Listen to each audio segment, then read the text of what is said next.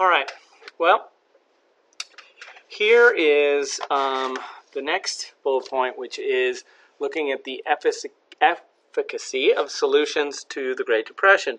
So first we need to look at the president who was president during the Great Depression, and that's Herbert Hoover. You're going to have to forgive me, my brain's a little fried at the end of the semester here, but we are going to get through this. So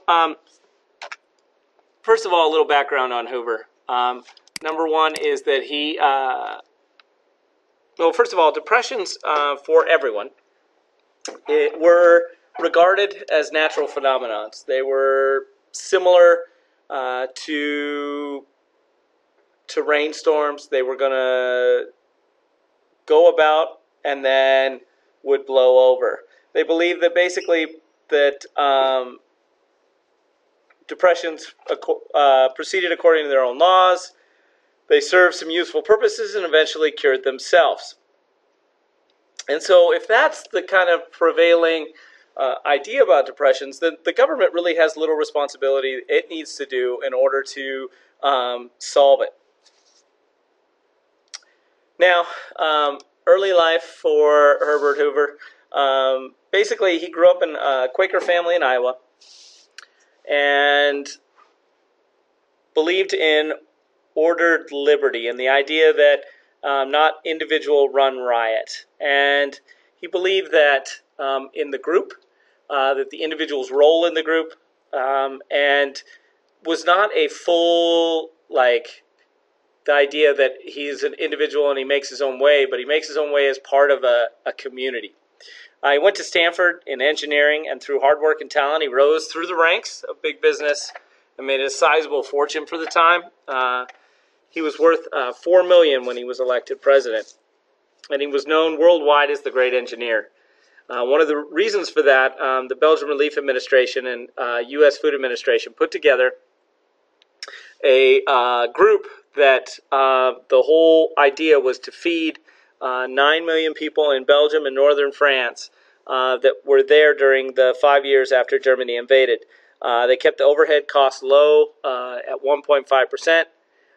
And this really shaped Hoover's idea that volunteer efforts could cure any problem, meet any need. And ironically, most of these funds, 75% of the funds came from government, which meant that it wasn't just a volunteer effort from private citizens, but the government played a crucial role in it, which is something that he seemed to have not done. He also, as the Secretary of Commerce, pushed for an agrarian agricultural production and put rationing in place as a volunteer action. The word Hooverize stands in stark contrast to Hooverville. The idea of Hooverize was to make things more efficient, and it was a phrase during the 20s. Obviously, what happened there was with the apparent lack of concern that people felt like Hoover had, they named basically the shanty towns that developed in cities as people became more and more homeless in major big cities. Even Seattle had one, with the idea that those became known as Hoovervilles because Hoover wasn't doing anything to help with the Depression. His belief, his philosophy upheld the traditional virtue of individualism, but he also recognized the economic realities of the market and the modern industrial state. He realized that individual liberty could be taken away because people didn't seem to have control over their own destiny. They had to work for somebody else or something like that. He did believe in this idea that the economic system would work better if it was more cooperative and organized. And he believed that the government could help do this by promoting private associations that represented trade, labor, manufacturing interests, and they would get together and kind of take a more cooperative, planned approach to the economy. But as we can see by this chart, Hoover was in the wrong place at the wrong time, and that's McIlvaine, one of the historians' arguments, is that basically Hoover, because of his belief system, because of who he was just in the wrong place at the wrong time. Now, if you look at number of bank suspensions, unemployment rate, per capita personal income, and real GDP, what you want to do here is see where is the relationship between these. Do you see a correlation? Do they all go up?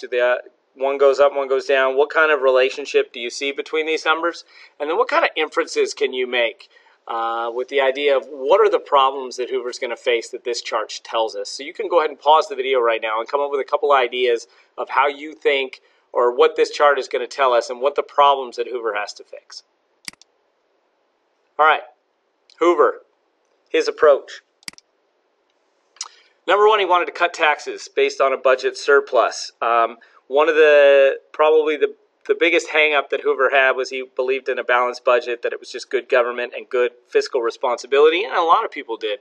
Most people felt like the budget, that the government should stay within its means. It's kind of the American idea that everyone should stay within its means. But that obviously wasn't going to work with the Depression, and we'll look at some numbers later that showed that government spending was crucial. Number one, so he wanted to cut taxes based on a budget surplus. He wanted the revival of construction work by working with private industry and also to fund that through the government's expenditures, and then wanted to coordinate business and government agencies. All of these are good ideas. He also wanted expanded exports. The issue is that cutting taxes, revival of construction work through federal spending, expanding exports, and would coordinate business and government agencies is the same approach, really, that FDR takes. The issue is in the way they go about it and the willingness to spend money, basically, as for the willingness of the government to spend money. So first, we'll take a look at this chart. This is just about industrial production, and you'll notice that the production began to fall off even before what would have been October and the stock market crash. But this is just showing you that in the 20s, that the production had dropped below kind of what they consider a neutral growth, and then exploded. Was beginning to exploded in 1928 and was continuing to go up, which showed that the industrial production was continuing to increase, and for several reasons. One is that they were getting more efficient, and the other is because they believed that the demand was going to continue to go up. And so the efficiency, as they got more technology, and that kind of worked against them here and created overproduction. Okay, so our first thing is to look at industry and how Hoover met this with a volunteer approach. So we have industry, drop in demand, and these are the problems.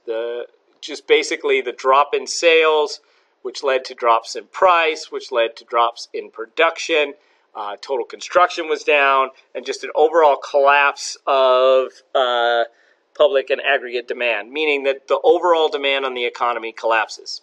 November 1929, 19th through the 27th, was the Congress for Continued Industrial Progress. And basically Hoover calls all the different leaders from Washington together to solve the problem. Oftentimes, that's one of the leaders' first actions, is to bring people together and brainstorm. But Hoover, rather than brainstorm, felt like if they could get people together and they could hold off on layoffs, they could hold off on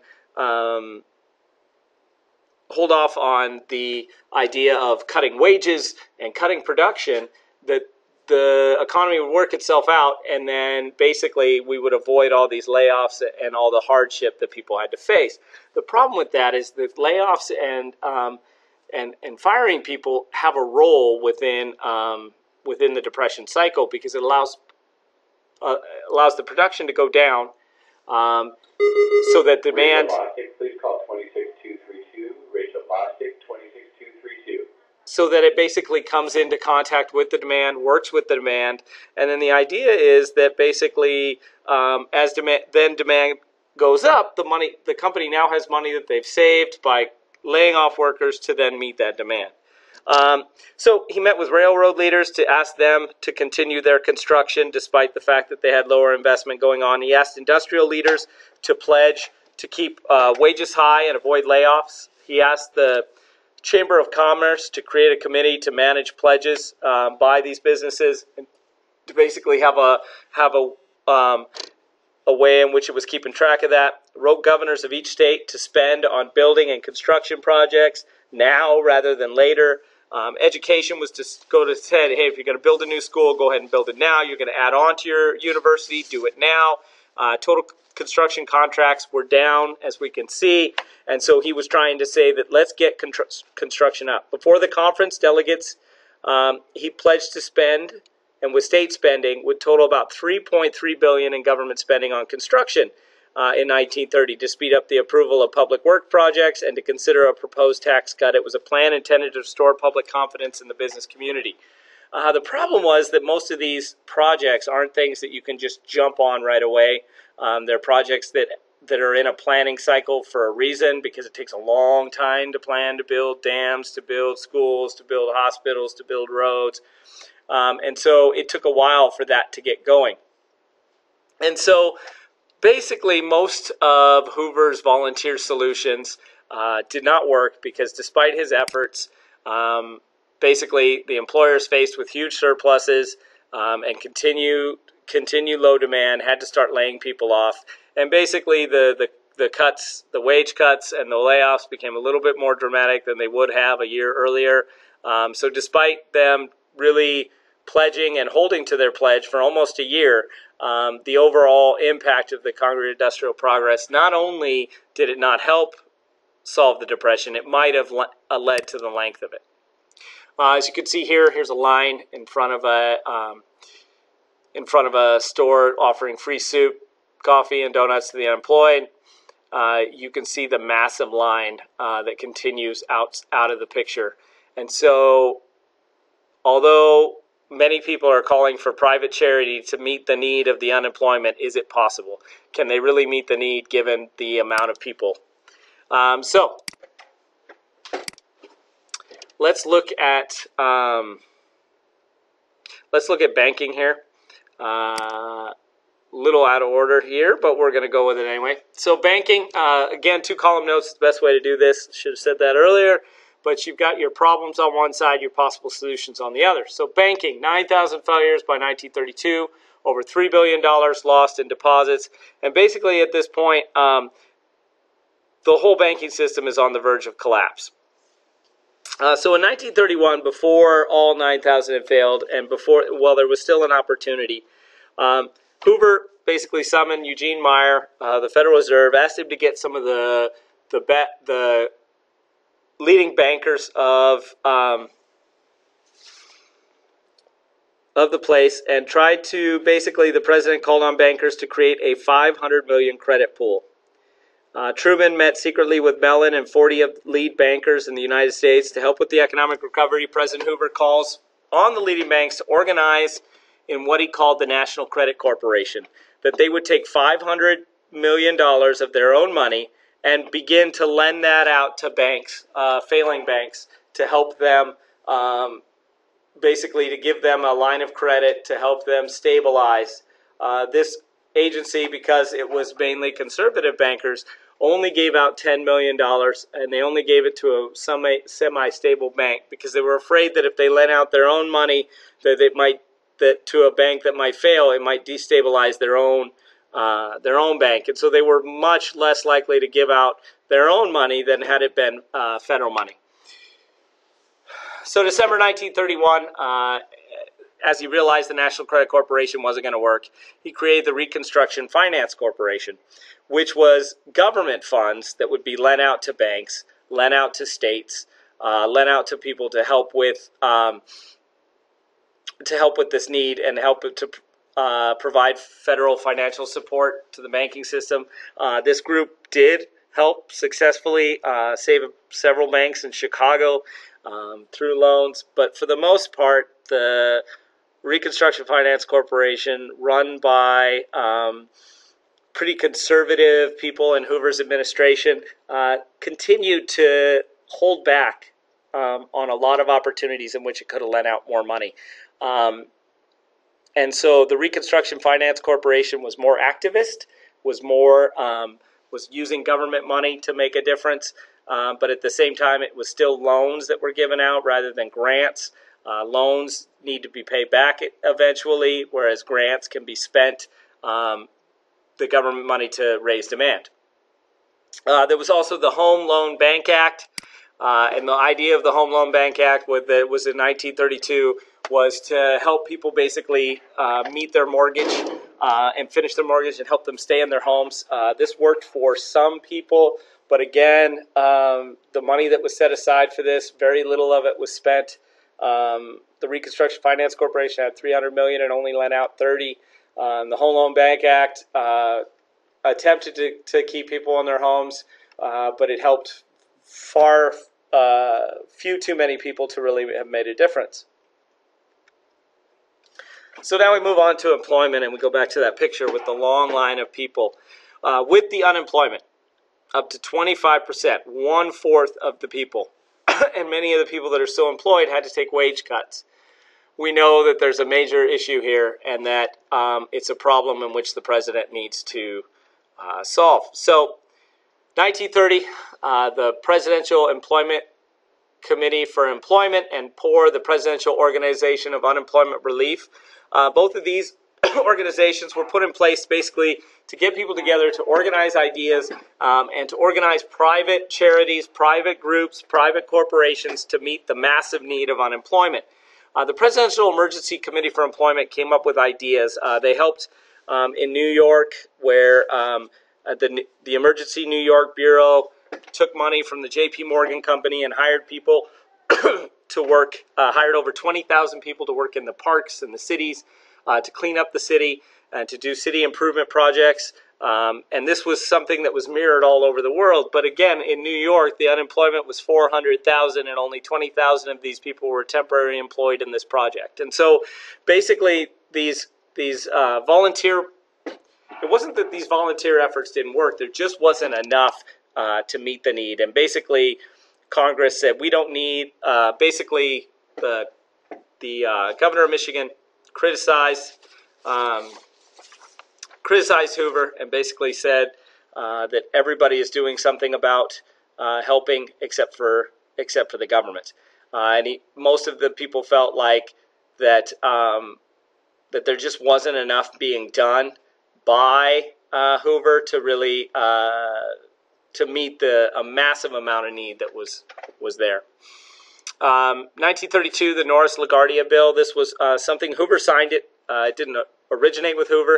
It actually originated within the Senate, but he went ahead and signed it, which was kind of out of characteristic for him because it was definitely a law that favored labor. It outlawed yellow dog contracts, which basically were contracts where workers had to sign away their ability to negotiate higher wages. They had to sign away their hope that they would unionize or that they could strike. And so those contracts became illegal, basically giving labor the opportunity to go into any business and sign people up to unions. Unions are an important way for workers to bargain rights, bargain higher salaries, bargain working conditions. And so basically this law was one of the first laws to really legalize labor and make it illegal for businesses to not allow labor into their business. But probably the low point dealing with unemployment was something that's called the bonus army.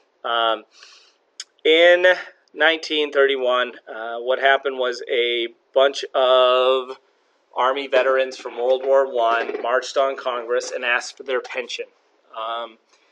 What happened basically was Congress, acting in a hurry, created what's called the Patman Bill. And the Patman Bill is there, which was a bill to forward their federal pensions that they were promised at the end of the war, and that they would get their pensions now rather than much later.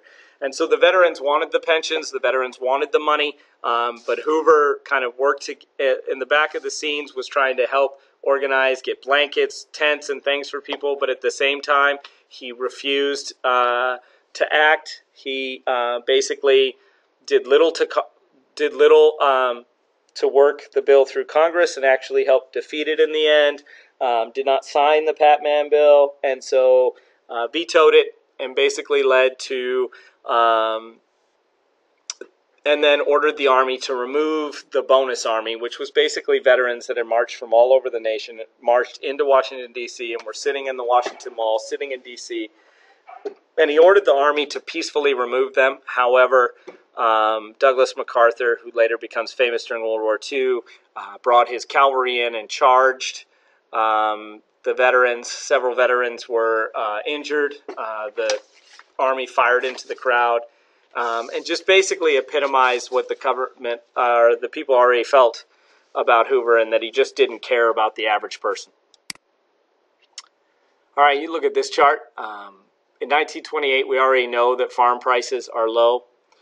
You can see how that continues to just steeply decline to the point where in 1933, farm prices are at their lowest. Between 1933-34, there's what's called the Dust Bowl, which basically wipes out a whole area of farms where basically the farming practices were so poor that most of the topsoil blew away, which in the long run might have led to an increase in prices. So, agriculture. Hoover called it the most urgent economic problem in our nation today in 1928. He already felt like it was a problem in the 1929 farm incomes fall more than 50%. So June 1929, if you notice, that's before the crash. He created what's called the Agricultural Marketing Act, which established an 8-man federal farm board. This federal farm board was given $500 million, and they were to use that $500 million to give loans to groups of farmers that would get together, set prices, market together, work. So like a bunch of cotton farmers would get together. They would regulate their own amount of product that they were all going to grow to keep the price at a certain point. They would look for markets all over the world to export their cotton. They would do advertising campaigns together and would work. The problem was that farmers didn't trust their neighbors. They would all go ahead and say, hey, we're going to control crop production, but they worried that the person next to them wasn't going to do that. And so although this was a good idea, by 1932, the Farm Board had already spent $354 million in marketing operations, and the board basically said, it's not working. What we're doing is not working. The money that we have spent is not working. And so they basically went to Hoover and said that the voluntary cooperation is not going to work, and that if we are going to make this work, we need to go ahead and pay farmers to grow less. Hoover refused this idea, and despite Congress trying to work on a bill on that, Hoover was definitely against it and would not approve it. Now, if you remember, one of the things that Hoover wanted to do was expand exports. And at the same time, he passed this works to create the Smoot-Hawley tariff, which he then signs in 1930. And so basically what the Smoot-Hawley tariff was it was a tariff or tax on imported farm products. So the tariff originally involved the increasing on 75 different farm products, basically to leave the U.S. market open to all these ideas, or to leave the U.S. market open, and they would then not have to compete with foreign farm goods. When Congress got a hold of it, they added 925 products to the raise-in tariff for manufactured goods. Hoover strongly opposed this idea, but at the same time wanted to help farmers, and so he signed it. And as you can see, by 1931 to 1932 to 1933, there was a massive drop in import-export. You can see the trade beginning to come back as FDR basically works reciprocal trade agreements with other nations and begins to bring the trade back, dropping those tariffs. because in 1932 the British responded by establishing its own protective tariff within the entire British Empire. Other U.S. trading partners followed suit, and so basically by 1932 you have a tariff war going on and nobody trading with anybody, and it lowered trade from the pre or 1929 from $6 billion in exports down to $2 billion. And if you remember, one of Hoover's attempts to solve the Great Depression was to expand exports, and the Hartley-Smoot tariff basically works against his idea there. All right. So we looked at banking, and so now we're going to look at this graph right here. So we've looked at banking, we've looked at labor, we've looked at agriculture, and basically I want you to take a minute and just look at this graph and answer these questions in your notes so you can go ahead and pause the video now. We're going to go for about 5 more minutes, and then we'll be done. All right, the Revenue Act of 1932 and balancing the budget. What do you notice about spending from 1929 to 1932? How much did the federal spending increase under Hoover? And if you go back and look at that chart, if you remember that chart, because I guess we'll go back and look at it right now, you can see that the federal spending under Hoover went up slightly, but he actually winds up cutting that from 1932 to 1933. He raised taxes also to try and curb the federal spending. And basically, what you notice from 1934 to 1938 is a gradual, or from 1934 to 1936, a rapid increase in the amount of money that was being spent. The federal spending went from $6.5 billion, which was FDR's original increase, up to $822 billion, which increased the federal spending. And also, if you notice at the same time, the GDP went up, unemployment went down, until FDR himself cut spending, and then you see kind of the reaction to that. So, common belief is the importance of a balanced budget. There was concern over growing deficits. Congress passes and Hoover signs the Revenue Act of 1932. The act reversed the Mellon tax cuts, raising business taxes 12% to 13.75%, raised taxes on every bracket, lower income brackets increases from 1% to 4%, and raised taxes on the wealthy from 24% to 64%. So here we go again with the idea that here's Hoover, has the opportunity to spend and help with unemployment, help with these things, and basically what happens is the opposite. When you take money out of people's pockets, it lowers demand, and we all know that the biggest thing that needs to happen in order for the Depression to be cured is to raise demand. Since nothing seemed to help the economy, Hoover and Congress decided to balance the federal budget. They cut spending, veterans benefits, shrunk the money supply even more, and basically led to a further issue within Congress. And that's where we get this idea of Hoovervilles. This is in Seattle. And this is the shanty town, which is called Hoover. So Hoover, most of what he tried to do did not work. His volunteer efforts completely failed. By 1932, he was doing much more activist roles. He was constantly tried to get Congress to pass relief measures, which they passed the Emergency Relief and Reconstruction Act, which gave the Reconstruction Finance Corporation $1.5 billion to loan to state and local construction of public works. And they were supposed to give out $300 million in temporary loans to states, and to give $200 million in assist in liquidating closed banks. They had all this money that they were able to give out. They only wound up giving out $30 million to states, because the states were so frustrated with the amount of paperwork they had to fill out, and that they were loans and not grants.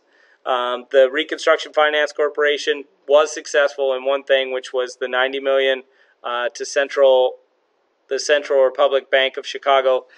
But basically, most of what Hoover tried to do failed, and leads us to FDR, which will be our next video.